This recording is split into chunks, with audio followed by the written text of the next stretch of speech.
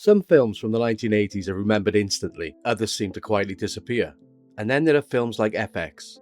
Released in 1986, it's a thriller with a rather clever idea at its centre. What happens when a man who creates fake murders for the movies suddenly finds himself caught up in a very real one? So nearly 40 years later, I thought it was time to go back and see whether FX still has a few tricks up its sleeve. The film follows Roley Tyler, played by Bryan Brown.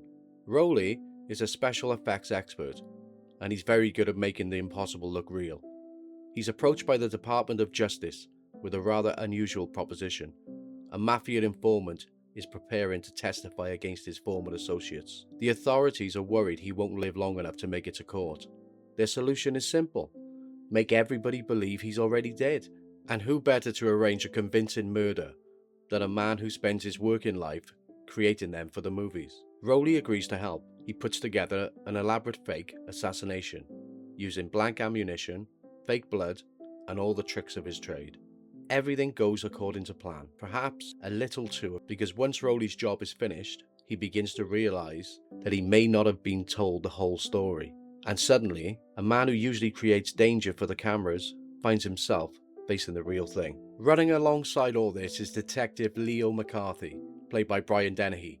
He's a stubborn New York cop who begins to suspect there's rather more going on than he's being told. And that's about as far as I'm going with the story, because FX is one of those films where discovering who you can trust is part of the fun. Bryan Brown makes an interesting leading man. The Australian actor was already well established back home and was beginning to make an impression internationally. He'd appeared alongside Mel Gibson and Sigourney Weaver in The Year of Living Dangerously. He'd also reached a huge television audience with The Thornbirds. But Roley Tyler is a rather different sort of hero. He's not a soldier, he's not a policeman, and he's certainly not your typical indestructible 1980s action star. He's simply very good at his job, and that's what makes him interesting. Then we have Bryan Dennehy as Detective McCarthy. Dennehy was one of those actors who seemed perfectly at home, playing a tough, slightly intimidating characters. Most people will probably remember him as Sheriff Teasel in First Blood, the man who makes the unfortunate mistake of deciding John Rambo isn't welcome in his town. Diane Venora plays Roley's girlfriend Ellen. Venora came from a strong theatre background and trained at Juilliard. She would later appear in films including Heat, The Jackal, and The Insider. Jerry Orbach has a small role as Nicholas DeFranco. Jerry Orbach would be later seen in Law & Order, and probably most famously in Dirty Dancing. The story behind the film is almost as unusual as the film itself. The screenplay came from two newcomers, actor Gregory Freeman and documentary filmmaker Robert T. Megginson. And originally, FX wasn't intended to be a major cinema release at all. They imagined it as a low-budget television movie. Producer Jack Weiner read the script and thought there was something more there. He believed the idea was good enough for the cinema. Weiner and his co-producer, Dodi Fayed, then brought in director Robert Mandel. And here's where things become interesting. They deliberately didn't want a typical action director. They wanted someone who could make the characters feel believable. Someone who could make us care about Roley rather than simply moving him from one action sequence to another. Mandel himself wasn't completely convinced by the screenplay at first, but he could see the possibilities. It also gave him the opportunity to make a type of film he'd never really tackled before. To prepare for the action sequences, Mandel went back to two of the best, the movies Bullet and The French Connection. He studied their famous chase sequences to see how action could be made exciting while still feeling real. And when it came to the special effects, the producers brought in somebody with a rather impressive CV. John Steers. Steers had worked on the first 8 James Bond film. He'd also won an Academy Award for his work on Star Wars. So for a film about special effects, they had a genuine special effects expert behind the camera. Filming began in the spring of 1985. Much of the film was shot around New York City, with additional filming in New Jersey and elsewhere in New York.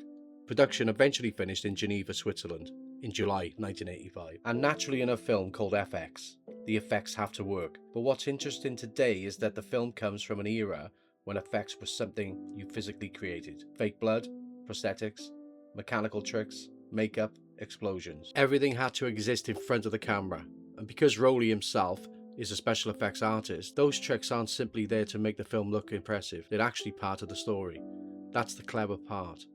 Rowley isn't particularly dangerous because he's stronger than everybody else. He's dangerous because he knows how to fool people. Give him a workshop full of movie props and he'll find a way of using them. And nearly 40 years later, there's something rather enjoyable about watching a thriller built around practical ingenuity rather than computers.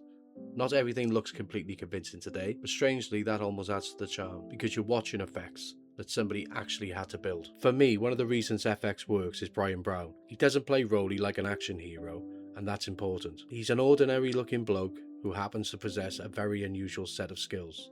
Brown keeps the performance fairly understated. There's no attempt to turn Rowley into Rambo, and the film is better for it. Bryan Dennehy provides a nice contrast. He's bigger, louder, rougher around the edges. And when Dennehy appears, he gives the film an extra bit of energy. But both characters are approaching the same mystery from completely different directions, one using the skill of a special effects artist, the other using the instincts of an old-fashioned New York detective. The strongest thing about FX remains its central idea. It's simple, but it's clever. Take a movie special effects man and put him in a situation where those fake skills suddenly become useful in the real world. It gives the film its own identity. There's also something wonderfully 1980s about it. The New York locations, the cars, the practical effects, the slightly grimy atmosphere. It feels like a film made in a real city, rather than on a computer. And at around the heart of it all is a hero who actually has to think. Rowley survives by being inventive. For me, that's far more interesting than simply watching somebody fire a machine gun for 2 hours. The film also knows what it is. It's not trying to be a great piece of serious cinema. It's a thriller, a mystery, and occasionally an action movie. And for the most part, it moves along very nicely. That's not to say everything works perfectly. There are moments when the story asks you to accept quite a lot. Some of the characters are there mainly to keep the plot moving. And there are certainly moments when you find yourself thinking, would anybody actually do that? Probably not. But then this is a movie about a special effects man caught up in a government conspiracy. Complete realism was probably never going to be on the menu. Some of the effects have, inevitably, aged as well, but I'd much rather see an ambitious practical effect that's slightly showing its age than something completely weightless created on a computer. And importantly, the film never outstays its welcome. When FX arrived in cinemas, it performed reasonably well. Made for around 10 million, it more than doubled that at the box office, so financially it was a success. But Orion Pictures believed it could have done better, and they thought one of the problems was rather surprising. The title. According to one Orion executive, audiences simply didn't understand what FX meant. Of course, it's shorthand for special effects, but that's obvious only if you already know it.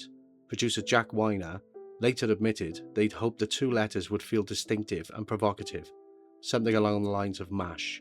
Orion accepted the title because that's what the producers wanted, but Weiner later admitted they may have made a mistake. And I can see the argument. FX looks great written across a poster, but imagine you standing outside a cinema in 1986. You've never heard of the film, you see two letters, FX. Does that tell you enough about the movie to buy a ticket? Perhaps not. But FX didn't disappear. The film developed enough of a following to produce a sequel. FX2 arrived in 1991 with Bryan Brown and Bryan Dennehy returning. And the fact that the original is still being discovered and discussed nearly 40 years later probably tells you something. It's not one of the enormous blockbusters of the decade. It doesn't have the cultural status of Back to the Future, Top Gun, or Aliens. But perhaps that's part of its appeal. FX feels like one of those films you discover rather than one everybody tells you that you have to watch. So nearly 40 years later, does FX still work? For me, yes. It's not perfect. There are plot conveniences. Some of the supporting characters could have been stronger, and occasionally the film stretches credibility almost as far as Rowley stretches his special effects. But the basic idea is still excellent. Bryan Brown makes for a likeable and unusual hero. Bryan Dennehy is as dependable as ever.